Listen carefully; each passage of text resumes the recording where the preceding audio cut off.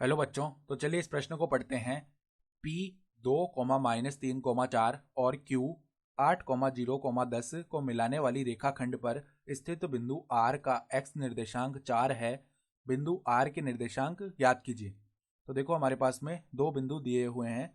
P बिंदु जिसके निर्देशांक है 2, -3, 4 और Q बिंदु जिसके निर्देशांक है 8, 0, 10। इन दोनों बिंदुओं को जो मिलाने वाली रेखाखंड है उस पर एक बिंदु R स्थित है जिसका x निर्देशांक हमें बताया है 4 है। तो हमें बिंदु R के निर्देशांक ज्ञात करने हैं। तो प्रश्न में आगे बढ़ने से पहले इस प्रश्न से संबंधित जो मुख्य उदाहरण है उसकी हम चर्चा कर लेते हैं। तो देखो मुख्य उदाहरण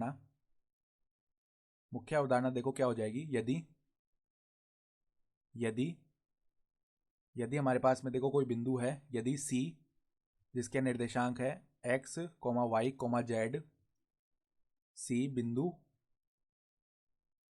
बिंदु A जिसके निर्देशांक है x1, y1, z1 तथा B जिसके निर्देशांक है x2, y2, z2 को मिलाने वाली रेखाखंड को मिलाने वाली रेखाखंड को m/n में अंतः विभाजित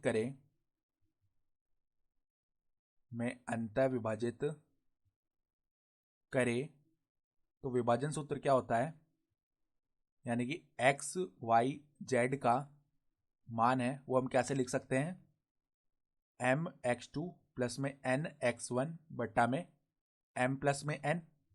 ये तो x निर्देशांक हो गया। y निर्देशांक my2 प्लस में ny1 बट्टा में m प्लस n और z निर्देशांक mz2 प्लस में nz1 बट्टा में m प्लस n।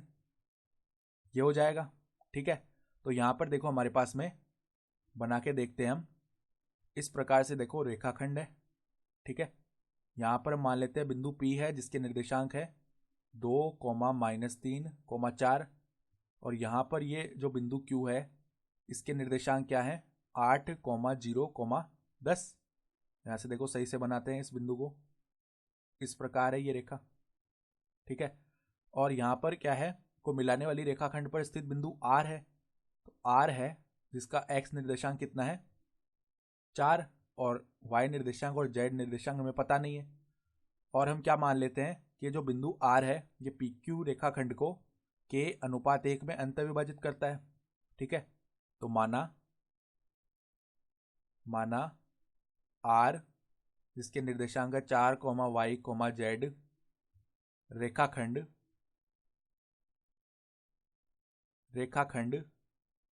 PQ को k/1 में अंतः विभाजित करता है। ठीक है, में अंतः विभाजित करता है। तो अब यहां से हम विभाजन सूत्र लगाते हैं। तो हम क्या लिख सकते हैं, जो R के निर्देशांक है यानी 4, y, z उसका मान कितना आ जाएगा mx2 प्लस nx1 बट्टा में m प्लस n। ठीक है, तो m का मान कितना है हमारे पास में k है और x2 का मान कितना है 8, तो 8k प्लस में देखो nx1। ठीक है, x1 का मान कितना है 2 यानी प्लस में 2 बट्टा में k प्लस 1। कोमा में देखो y निर्देशांक क्या हो जाएगा, यहाँ पर क्या होगा my2 प्लस में ny1। m का मान कितना है k, y2 का मान 0 है तो k गुणा 0 0 आ जाएगा। ठीक है, प्लस में क्या होता है ny1, y1 का मान कितना है माइनस का 3 है और n का मान 1 है तो -3 बट्टा में k प्लस 1। फिर देखो z निर्देशांक लिखते हैं तो mz2 प्लस में nz1 यानी k गुणा में 10 तो 10k। फिर देखो 1 किससे गुणा होगा 4 से तो प्लस में 4 बट्टा में k प्लस 1 ये आ गया। तो अब देखो x निर्देशांक की यहाँ से तुलना करें हम तो 4 बराबर में क्या आ जाएगा 8k प्लस 2 बट्टा में k प्लस 1। इस k प्लस 1 को उस तरफ ले जाएंगे तो 4 से गुणा होगा तो 4k प्लस में 4 बराबर में 8k प्लस में 2 यानी कि देखो 4k का मान जो है वो किसके बराबर आ गया 2 के बराबर, यानी k का जो मान है वो 1/2 आ गया। तो देखो k बराबर में क्या आ गया 1/2। तो अब यहाँ से देखो y निर्देशांक निकालते हैं तो k का मान रख देंगे तो y निर्देशांक क्या आ जाएगा y बराबर में -3 बट्टा k प्लस 1। यानी कि -3/में 1/2 प्लस में 1 यानी -3/3/2 आएगा। यहाँ से 3 से 3 भाग हो गया तो y का मान आ गया -2।